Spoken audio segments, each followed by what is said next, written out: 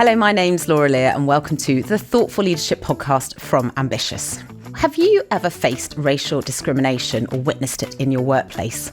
Or perhaps you're a leader that's trying to drive change around that topic? Well, my guest today has lots to say on it. She is a fascinating individual.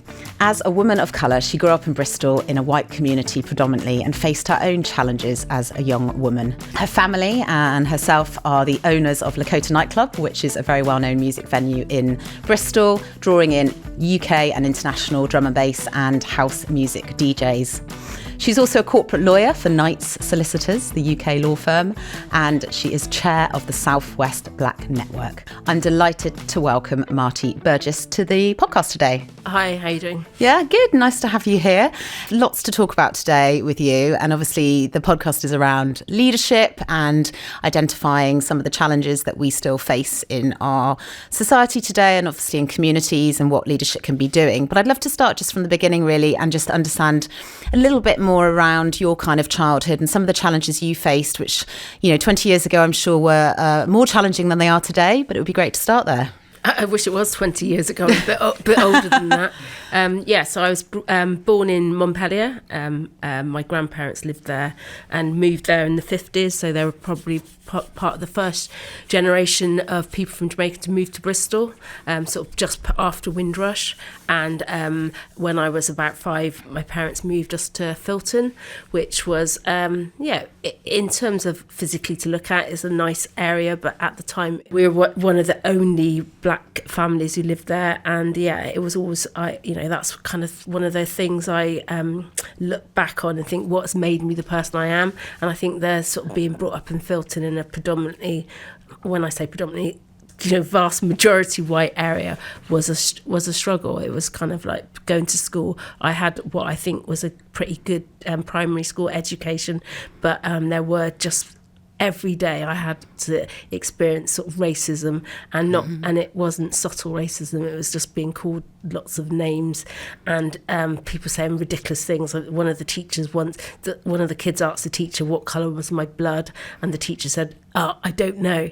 That stuck with me. Wow. That happened when I was probably about seven, I think. And so things like that stick with you and it kind of guides your sort of psyche. And so I guess it's when things like that have happened to you, it kind of makes you into the person you are. And with my own kids, I was really keen to live in an area where they would go to school and it wouldn't be an issue. It was really mixed, and I did my research and they went to what was then called, it's called now called Cotton Gardens. It was then called Colston Primary, but it was probably the best but really mixed school in the city, and I moved so they could go there. Yeah. And so obviously, those sorts of challenges were rife sort of 20, 30 years ago. How did you overcome that to sort of obviously now become a lawyer and overcome some of those challenges? Because, particularly in the legal space, I'd say, nowadays still predominantly seen as probably more of a sort of white male. I know that it's increasingly becoming more equal when it comes to gender equality in the workplace. But how have you overcome those challenges and how were you able to achieve that? So one of the reasons my grandparents kind of came here was their desire for their kids to have a really good education, and education's quite a big thing in my family, and so I think it's through that. As I said, my primary school education, whilst I was having all these challenges, I did have a really good education, and I was able to get a scholarship to a private secondary school, and we were always really, really pushed around education, and kind of ambition was still instilled in us. I mean, my parents, whilst my dad didn't have a great formal education, he was always kind of aspiring to do stuff, and my mum did have a pretty good formal education here. She came here when she was 10. In fact, one of her teachers was Paul Stevenson. I was just talking about that with Paul Stevenson, one of your colleagues. He sadly died last week. But one of her, the teaching assistant while she was at school was Paul Stevenson. And he has told me many a time that my mum was one of the brightest kids he taught when he was teaching. And so education is just a major thing in our family, and I try to drive that with my kids, and they're kind of not interested. and so I mean they've done okay at school, but they're not as interested. It's funny how it shifts, whereas I really listen to my parents that your way out of everything is to be educated and because it gives you choices. And I try to say the same thing to my girls, and they're just not as interested. They're more interested in reality TV. Real Housewives of Atlanta is what my daughter is currently watching, rather than do her essay, which she needs to hand in today.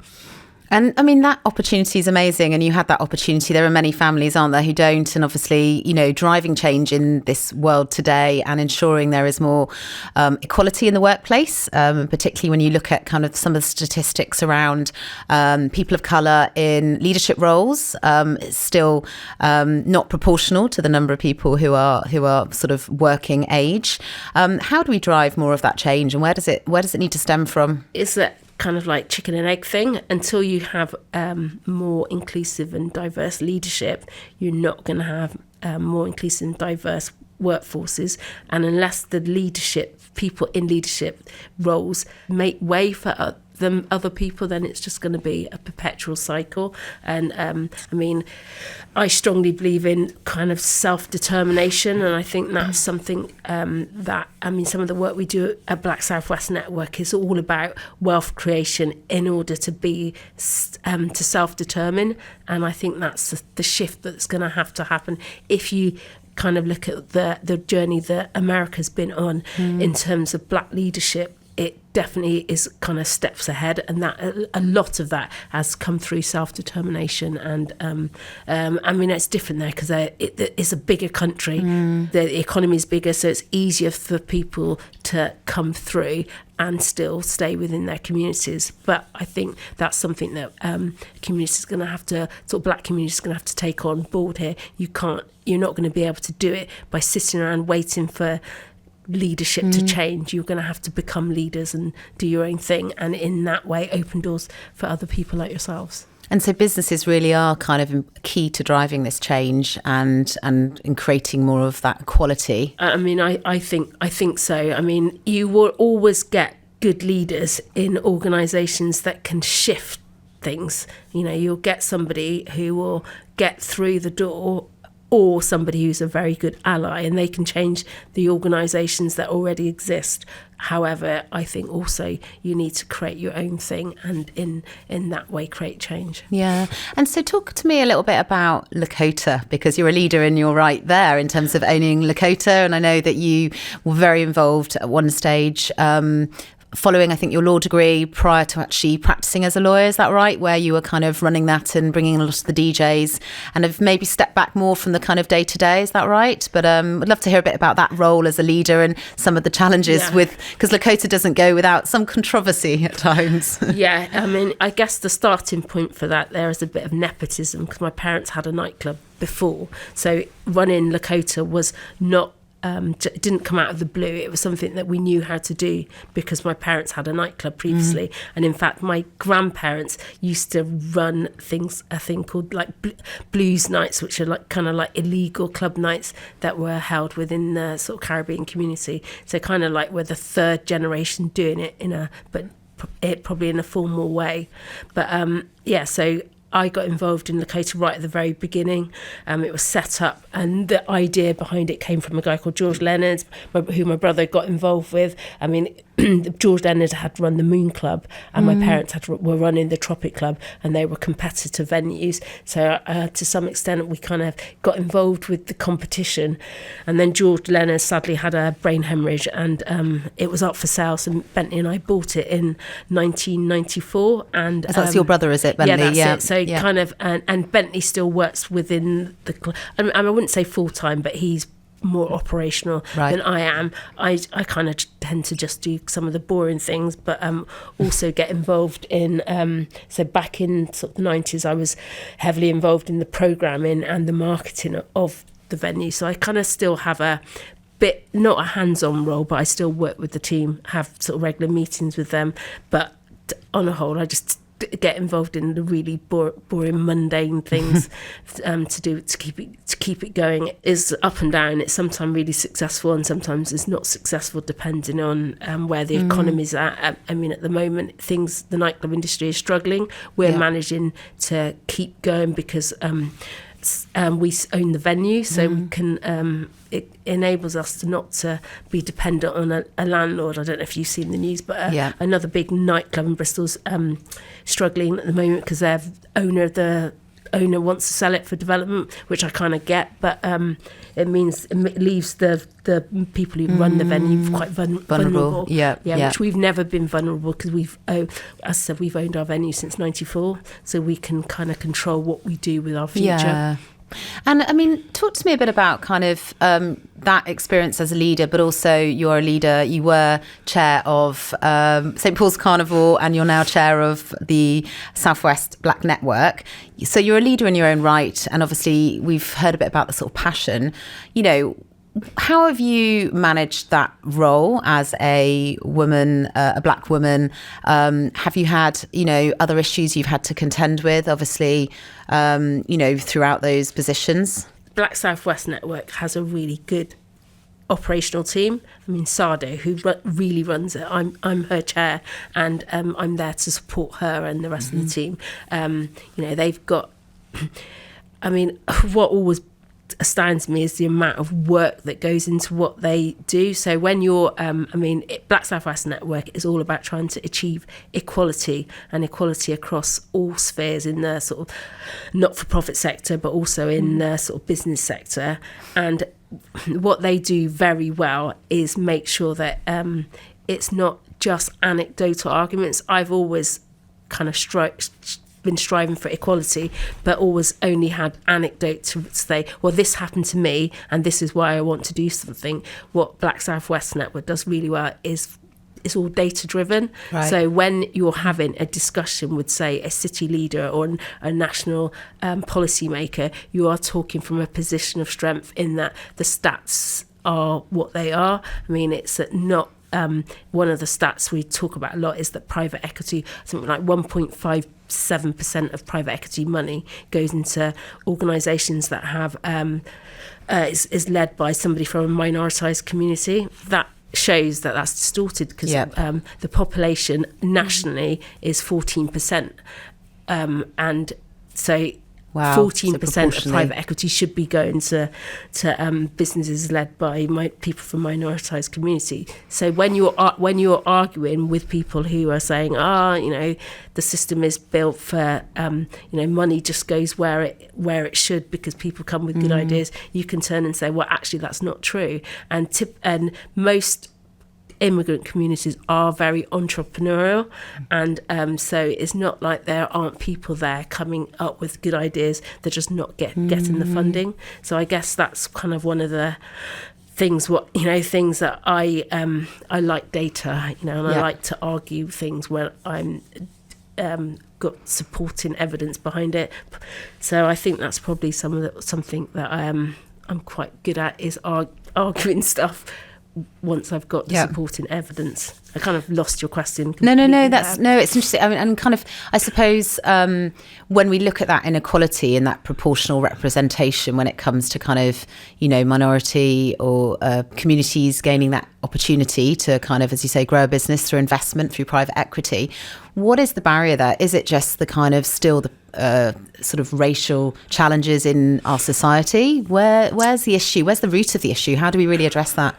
I think it's racism, and also if it's not overt racism, and I think I'm not somebody who tries to shy away and give it unconscious bias and all these like really much more polite ways of saying things that are racist, but people tend to fund things where they can see themselves. So if you've got a private equity community which is predominantly middle-class white men, or even upper middle-class white men, then they are going to, when they are presented with an idea, if the idea is presented by somebody like themselves, who are like themselves at a certain age, they're more likely to support it, because it's not just the distortion of where the money goes is not just against minoritized communities, it's also against women. And that's women tend to get underfunded as well. So I really I went to something called Inclusive Angels, and there was a lady there talking about the funding of a project which was it was a science based new product that helped women, particularly, and she presented the idea to a group of private equity people, and they called her idea niche, and she said how can an idea be niche when 50% of the world's population could benefit from this? And so that's the challenge you're up against, is that they just don't money people in that sort of space just can't, if they can't see themselves as a beneficiary of a product, they can't see the marketability of it. And that actual product did get funding, and it was eventually sold for 800 million. So it was a huge mistake. But I think that's the challenge, is just that people fund things run by people who they can resonate with, look like themselves. Yeah.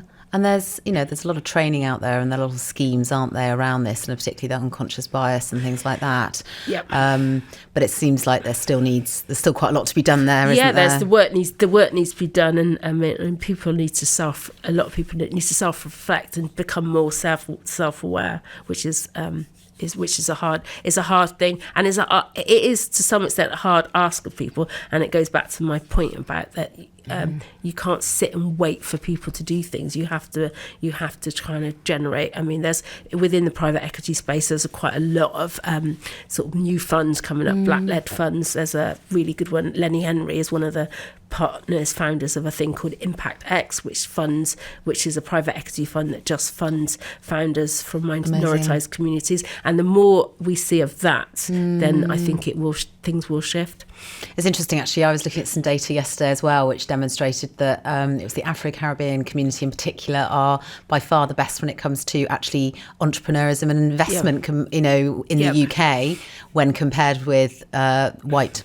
Yeah, that's it. That is the shows the distortion, is that if you've got communities that are coming up with lots of good ideas and starting businesses, but their barrier to being able to scale up or become bigger is the lack of investment, that shows that shows what you're up against. Because I'm from a Caribbean background, and my grandparents both came. My granddad worked as a forklift truck driver. My gran worked as a sort of nursing assistant.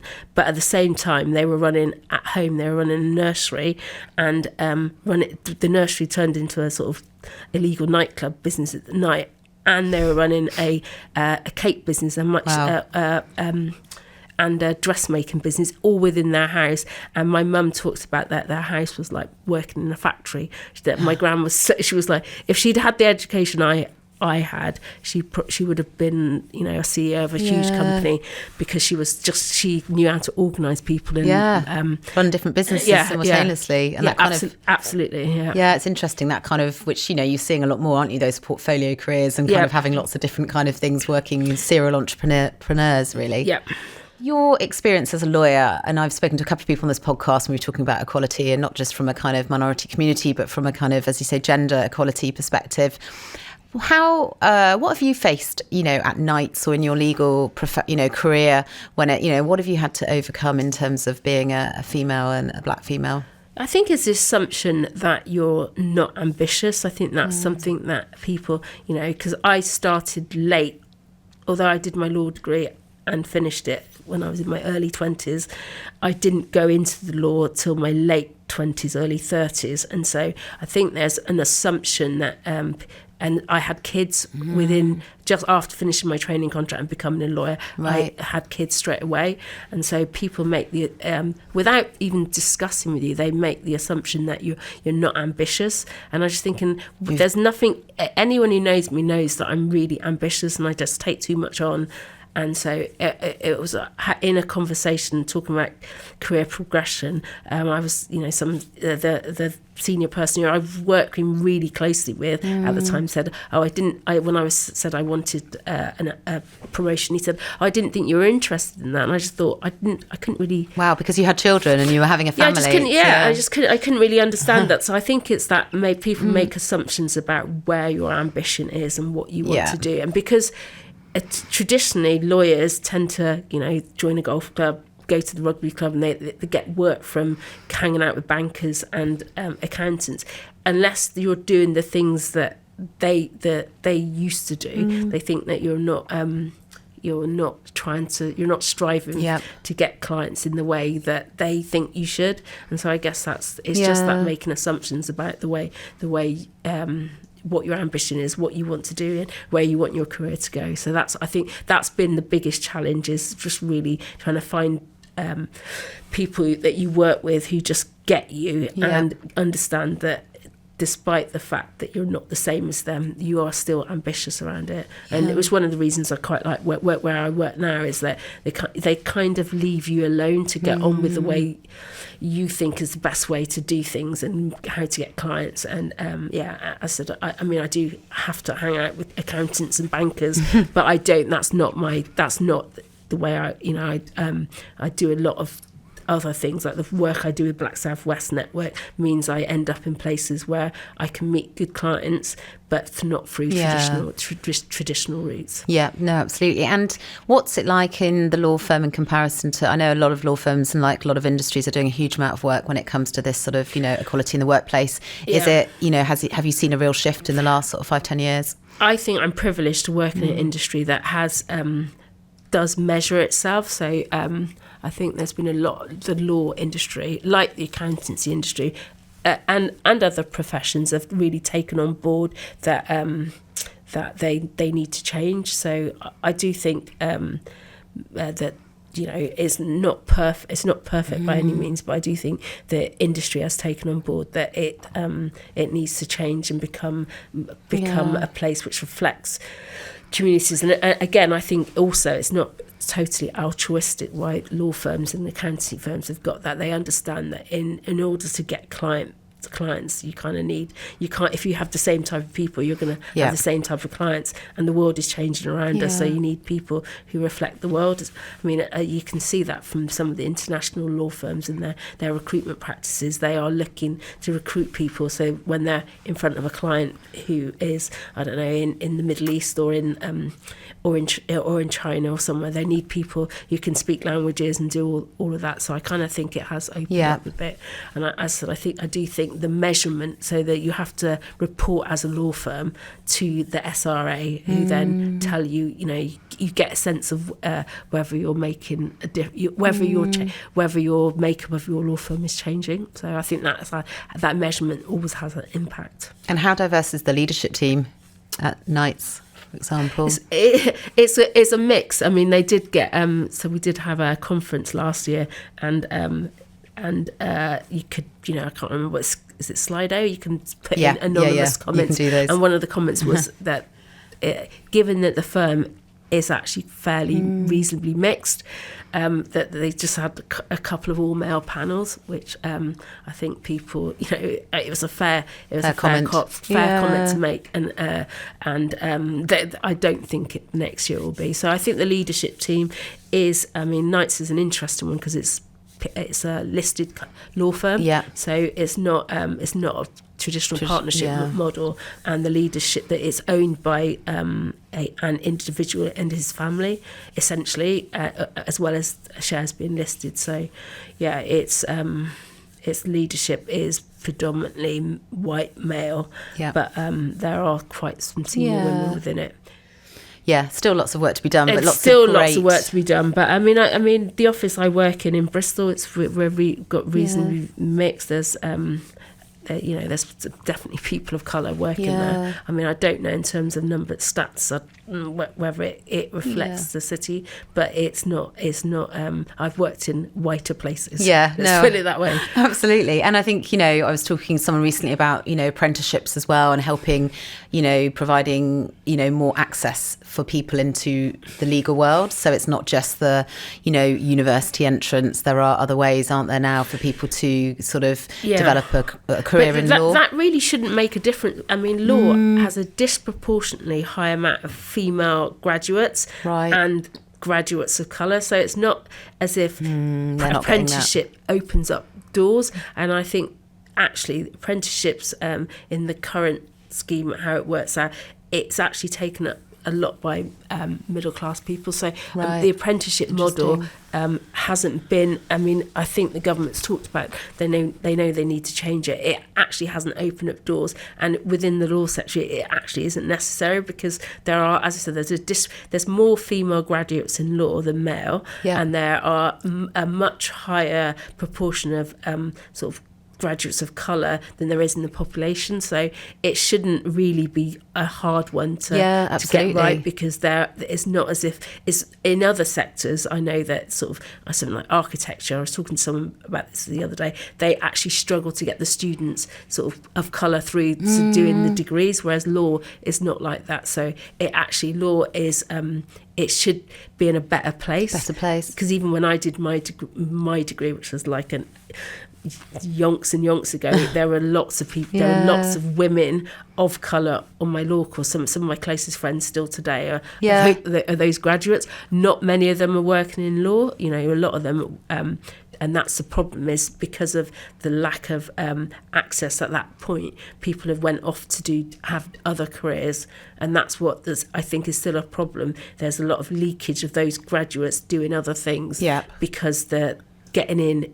That first step in the door is still really difficult. It's so interesting. I did a law degree, and I'm exactly that. So I'm one of those who didn't carry on. Your leakage. Absolutely. And lots of my friends as well. Most of the females did not continue. Yeah, because it was difficult. Yeah. I mean, it was difficult to get into. I mean, I remember when I graduated, or just about to graduate, I went to the law fair, and it just felt like nobody's going to give me a job. So I ended up doing Lakota for the next. I did my Law Society finals, as it was called then, in the 7th year, because if I had waited the next year, I'd have had to do the what they used to call this conversion course. I think you can convert. That's right. And I'm just not that much of an enthusiastic student, so I kind of did it at that point in order to save myself having to do an extra year. Yeah, absolutely. And how can, just back on the sort of businesses broadly, how can they, and I know we talk more about the kind of, obviously the Black Southwest network, but how can businesses get involved to support some of these challenges, or to sort of address some of these challenges more broadly in their own community? Because I think there's obviously this, looking at businesses themselves, thinking about kind of how they can be more supportive of their local community, but also the bigger issues out there in society. I think, they need to drive this agenda forward, don't they? If they can't within, how do they support the community? So I think it's that self-reflection. That's the first step, is look at your organisation and think, does it reflect where we're from? And I talk about things in terms of race, class, and all of that. And if it doesn't, then you think, then what is it about the way we recruit here that doesn't mean that people come to us? And if it means working with organisations, you're in the PR world, there are organisations like Rising Arts Agency, which are representing people within that sector. So work with them and make sure that you're doing what you can to make people think that it's your space is open and for them. And I think that I think that's the first step, and just do that extra mile when it comes to recruitment, where make sure that the jobs you have are placed in places where people that you're trying to attract will see it. Because if you just go down the traditional route, then you're not gonna be seen. But also, you work with organisations who are in the space trying to help people become more inclusive. And it is that that bit of extra that you need to do in order to change the way it is. But I think if you're committed, then, and it opens up opportunities, and that's the thing. I think it's not just an altruistic thing to do. I mean, you've got to think the world is changing, and if you want to be keep up with things, then you should keep up with, because having diversity of thought in any workspace is always good. And you can see when people make huge PR mistakes, you think, God, if they'd have had somebody in the room to say that that's a mistake, that's not a good idea, then they wouldn't have done it. I mean, you see the BBC put a photo up and it's got a name, and it's not the person who it is, and it's just like, that's a simple mistake, and a simple mistake that you could have, if you'd had the right people in the room, you wouldn't have made that mistake. Just in terms of kind of looking at the US and the setup there, and obviously there's been a lot going on we could talk about in terms of the elections and the new president, but it feels like, I know we can't necessarily compare the two in terms of kind of progressiveness, but it feels like there have been far more female leaders, women of colour, who have been in important positions in the US. Can you talk a bit about sort of the two countries, and are we lagging behind, or is there more, how well are we doing when we compare to the US?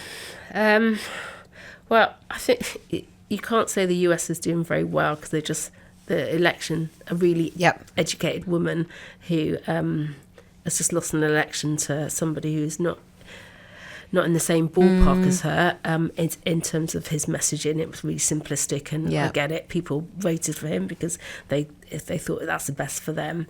But I don't. It kind of depends. There's lots of ways that we are more progressive, and there's lots of ways we're behind. And I just think it's not.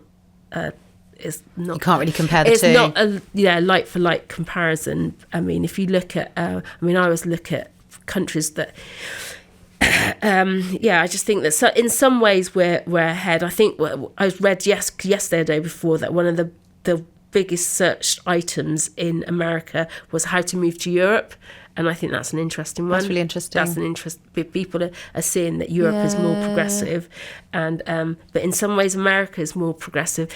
It's a hard one to kind of. I'm going to cop out and say I don't think you can compare the two, and I just think that we ought to not hide behind that the fact that America's elected somebody we object to, when there's lots of issues here, and racism is live and kicking in this country as well as it is in America, but it just manifests itself in a very different way. And I mean, as much as I object to her politics, and we do have Kemi Badenoch, who is leading one of the key parties here, that's interesting. And she again is obviously a very bright woman, and again with her I think she'll give Keir Starmer a run for his money in terms of debating and all of that. So I don't agree with a lot of her politics, but it's still an achievement. So she still managed to win the election, and a first woman of colour in a position leading one of the political parties must be a good thing for our country. Yeah, as I said, I just really object to her politics. So I think if she ever became Prime Minister, then it would petrify me, because some of her politics are. But I do think it's good for the optics of British politics. But we'll see where it ends up. And you've got Keir Starmer, who's a human rights lawyer, always known for his progressive politics, but he pretty much has an all-white cabinet apart from David Lammy and some junior ministers, which I think for his optics is not great. So I think that's the weirdness of it all. Is that, I mean, Kemi Badenoch, she's got Priti Patel in her team, and they look more inclusive. But if you actually drill down and look at their politics, it's actually quite scary and to some extent backward looking. Right. And so, whereas you look at the politics of Labour, they have progressive politics, but they don't look like it. Doesn't look like they reflect the country. So interesting. It's all going to be interesting how it rolls out. And if you are thinking about kind of being a leader in today's world, can you provide a bit of advice to sort of listeners who are thinking, if what it takes to be a great leader, what you need to be thinking about? Can you, if you're leading you are a leader in your own right of a nightclub and obviously chair, what does it really take? I was in a meeting yesterday and someone said to me that I'm really good at collaborating, and I've said that's because I'm not very good at doing the law, and I need to have people around me who are really good. And I think that's the key thing, is to make sure you've got people around you so that the output of whatever you're doing is really good quality. So if I'm working on a legal project, then I make sure that I've got the sort of legal. I'm good at project management and I'm good at speaking to the client. I'm not a really good technical lawyer, so I need to make sure that I've got technical lawyers around me. And I think that's the same with anything, is that you've got to make sure you've got good people in the right places, and then you play to your own personal strengths. And that, I think that's the answer, because I don't know how, because if I ask my daughters, that they think I'm just an idiot. And so I think it's that you just have to make sure that you have good people around you, and that you're kind of a guide. Being guided by some sort of integrity line is always something I always think, is that the right thing to do? And we talk about that purpose, don't we, and having that, being guided by your North Star and sticking to that and making sure you don't stray too far, because I think too many businesses are comfortable, leaders are, do stray because they think, oh, okay, we'll do that, and actually don't stick with what they know is the right thing to do or what they've set as a business. And I think that it's really important when it comes down to that thoughtfulness around kind of, as you said, around equality and around gender in the workplace, and just doing the right thing as a business, isn't it? Yeah, and doing that. I mean, going back to Lakota, I mean, at the end, because I was really into house music and kind of liked a bit of techno. I've never really been a bass music. I like reggae, but I've never been a sort of bass music, drum and bass person. And that, at the time I went off to do my law thing, was really, the music was moving away from the house and techno. Bristol was becoming a bass city and drum and bass, and that was it. That's just not me. So I think one of the reasons Lakota survived was kind of that being the self-aware and thinking, I can't be involved in the programming. I'm not right for this job anymore. And that was really good. And getting the people in who could understood that scene and that were able to program it was the best thing that happened. And so I think that's the key, is just like, sometimes you have to know when you just can't, you're not good enough to do something. People talk about that vulnerability, don't they, as a leader? And the traditional kind of probably 20, 30 years ago leadership was very much like, I've got all the answers, I'm right. Whereas we know not everyone has all the answers, and every leader, most CEOs sit there, as you say, pulling in the right people to help them make decisions, and then they can kind of obviously have a vision, but you need to be self-aware, be willing to be vulnerable as well. And to say, and I say to my kids, so it's easy, just, the easiest answer in the world is, I don't know, and I'm going to ask somebody else, or I'm going to go and read a book and understand it. But just say, you don't need to sometimes, you don't need to pretend that you've got the answer. The final question I always ask everyone is a bit about, if you walk into a new role as CEO of, it could be any organisation, and it was the first board meeting, what would be one of the first points you would want to discuss? It's trying to be personal. Just ask people how they are, and and just try to open up a conversation about where everyone thinks everything's at, and then kind of just listen. I think that would be the first thing I'd do. Understanding the lay of the land. Understanding the lay of the land, having done all my research, but then listening to the people who are actually doing the work at the time. Well, thank you so much. It's been really great to talk to you today. Loads of really interesting information and insight for our listeners. So it's been great to talk to you. Thank you.